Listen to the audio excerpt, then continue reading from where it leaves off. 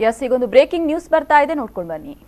ಮಂಗಳೂರಿನಲ್ಲಿ ಮಾಜಿ ಸಿಎಂ ಸಿದ್ದರಾಮಯ್ಯ ಹೇಳಿಕೆ ನೀಡಿರುವಂತದ್ದು ಸಿಐಡಿ ಬೇಡ, ನ್ಯಾಯಾಂಗ ತನಿಖೆಯಾಗಲಿ ಅನ್ನುವಂಥದ್ದು. ಮೊನ್ನೆ ನಡೆದಂತಹ ಏನು ಶೂಟೌಟ್ ಪ್ರಕರಣಕ್ಕೆ ಸಂಬಂಧಪಟ್ಟಂತೆ ನ್ಯಾಯಾಂಗ ತನಿಖೆ ಆಗಬೇಕು ಅನ್ನುವಂತಹ ಒಂದು ಹೇಳಿಕೆಯನ್ನ ನೀಡಿರುವಂತದ್ದು. ಸಿಐಡಿಯಲ್ಲಿ ಇರೋದು ಯಾರು, ಪೊಲೀಸರು ಅನ್ನುವಂತಹ ಒಂದು ಹೇಳಿಕೆಯನ್ನ ನೀಡಿದ್ದಾರೆ. ಗೋಲಿಬಾರ್ ಮಾಡಿದ್ಯಾರು, ಪೊಲೀಸರು ಅನ್ನುವಂತಹ ಒಂದು ಮಾಹಿತಿಯನ್ನ ನೀಡಿದ್ದಾರೆ. ಗೋಲಿಬಾರ್ ಮಾಡಿದ್ದು ಕೂಡ ಪೊಲೀಸರು, ಇದಕ್ಕೆ ನ್ಯಾಯಾಂಗ ತನಿಖೆ ಆಗಲೇಬೇಕು ಅನ್ನುವಂತಹ ಒಂದು ಆಗ್ರಹವನ್ನ ಮಾಡಿರುವಂತದ್ದು. ಮಾಜಿ ಸಿಎಂ ಸಿದ್ದರಾಮಯ್ಯರವರು ಆಗ್ರಹವನ್ನ ಮಾಡಿರುವಂತದ್ದು. ಸಿಐಡಿನಲ್ಲಿ ಕೆಲಸ ಮಾಡೋರು ಯಾರು? ಪೊಲೀಸ್ನವ್ರೆ. ಫೈರಿಂಗ್ ಆಗಿರೋದು ಯಾರಿಂದ? ಮತ್ತು ಅವ್ರ ಕೈಲೇ ತನಿಖೆ ಮಾಡಿಸ್ತೀವಿ ಅಂದರೆ ಸತ್ಯ ಗೊತ್ತಾಗಬೇಕಲ್ಲ.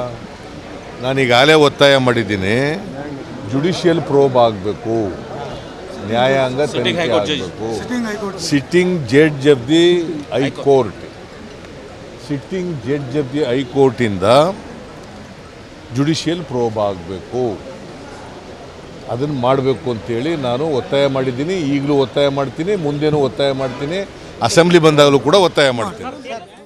ಎಸ್, ಮಂಗಳೂರಿನಲ್ಲಿ ನಡೆದಂತಹ ಫೈರಿಂಗ್ ಪ್ರಕರಣದಲ್ಲಿ ಇಬ್ಬರು ಮೃತಪಟ್ಟಿದ್ದು, ಅವರ ಕುಟುಂಬದವರಿಗೆ ಸಾಂತ್ವನ ಹೇಳಲು ಮಾಜಿ ಸಿಎಂ ಸಿದ್ದರಾಮಯ್ಯ ಅವರು ಮಂಗಳೂರಿಗೆ ಆಗಮಿಸಿರುವಂತದ್ದು. ಮಂಗಳೂರಿಗೆ ವಿಶೇಷ ವಿಮಾನದಲ್ಲಿ ಆಗಮಿಸಿದ ಸಿದ್ದರಾಮಯ್ಯರವರು ಮಾಧ್ಯಮದೊಂದಿಗೆ ಹೇಳಿಕೆಯನ್ನ ನೀಡಿರುವಂತದ್ದು. ಫೈರಿಂಗ್ ಪ್ರಕರಣವನ್ನ ಹೈಕೋರ್ಟ್ ನ್ಯಾಯಾಧೀಶರ ಮೂಲಕ ನ್ಯಾಯಾಂಗ ತನಿಖೆ ಮಾಡಬೇಕು ಅಂತ ಒತ್ತಾಯಿಸಿರುವಂತದ್ದು. ಅಸೆಂಬ್ಲಿಯಲ್ಲೂ ಒತ್ತಾಯ ಮಾಡ್ತೇನೆ ಅಂತ ಹೇಳಿಕೆಯನ್ನ ನೀಡಿರುವಂತದ್ದು. ಯಾವುದೇ ಕಾರಣಕ್ಕೂ ಸಿಐಡಿ ತನಿಖೆ ಆಗಬಾರ್ದು, ಕೇವಲ ಏನು ನ್ಯಾಯಾಂಗ ತನಿಖೆ ಆಗಬೇಕು ಅನ್ನುವಂತಹ ಒಂದು ಆಗ್ರಹವನ್ನ ನೀಡಿರುವಂತದ್ದು ಸಿದ್ದರಾಮಯ್ಯ ಅವರು. ಎಸ್, ಈ ಬಗ್ಗೆ ಹೆಚ್ಚಿನ ಮಾಹಿತಿಯನ್ನ ನೀಡ್ತಾರೆ ನಮ್ಮ ಪ್ರತಿನಿಧಿ ನಾಗೇಶ್ ಕಾವೂರು ಅವರು. ಎಸ್ ನಾಗೇಶ್. ಎಸ್, ಮಂಗಳೂರಿಗೆ ಸಿದ್ದರಾಮಯ್ಯ ಅವರು ಭೇಟಿ ನೀಡಿದ್ದಾರೆ. ಯಾವೆಲ್ಲ ವಿಚಾರಗಳನ್ನ ಹೇಳಿದ್ದಾರೆ ಅನ್ನುವಂಥದ್ದು ಮಾಧ್ಯಮಗೋಷ್ಠಿಯಲ್ಲಿ?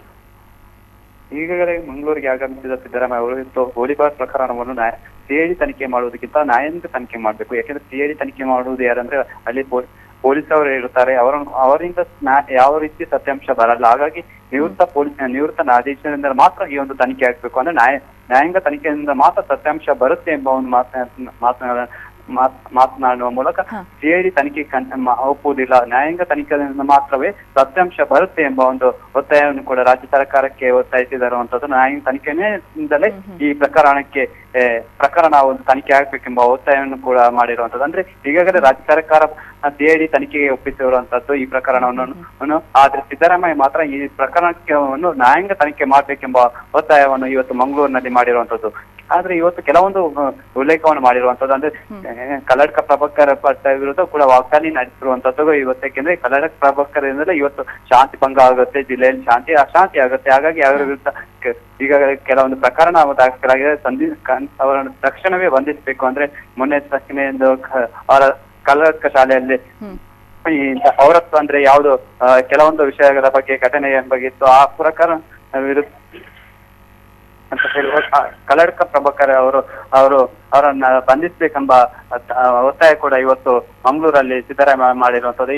ಇಲ್ಲಿಂದ ಈಗ ತಕ್ಷಣ ಅವರು ಕುದ್ರೋಳಿ ಹೋಗ್ತಾರೆ. ಕುದ್ರೋಳಿಯಲ್ಲಿ ಮೃತಪಟ್ಟಿದ್ದಾರೆ, ಅವರ ಸಾಂತ್ವನ ಹೇಳುವಂತ ಸಾಧ್ಯತೆ ಇರುವಂತದ್ದು. ಅವರ ಮನೆಗೆ ಹೋಗಿ ಇವತ್ತು ಸಾಂತ್ವನ ಹೇಳ್ತಾರೆ. ತದಬಳಿಕ ಐಲ್ಯಾಂಡ್ ಆಸ್ಪತ್ರೆಗೆ ಹೋಗಿ ಅಲ್ಲಿಂದ ಏನು ಗೋಲಿಬಾರಲ್ಲಿ ಏನು ಗಾಯಗೊಂಡಿದೆ ಅವರ ಆರೋಗ್ಯವನ್ನು ವಿಚಾರಿಸ್ತಾರೆ.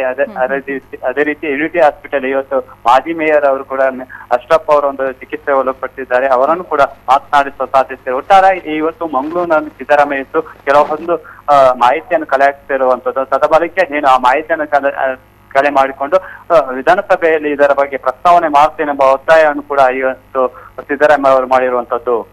ಕವಿತಾ. ಎಸ್ ನಾಗೇಶ್, ತಮ್ಮೆಲ್ಲ ಮಾಹಿತಿಗಾಗಿ ಧನ್ಯವಾದ.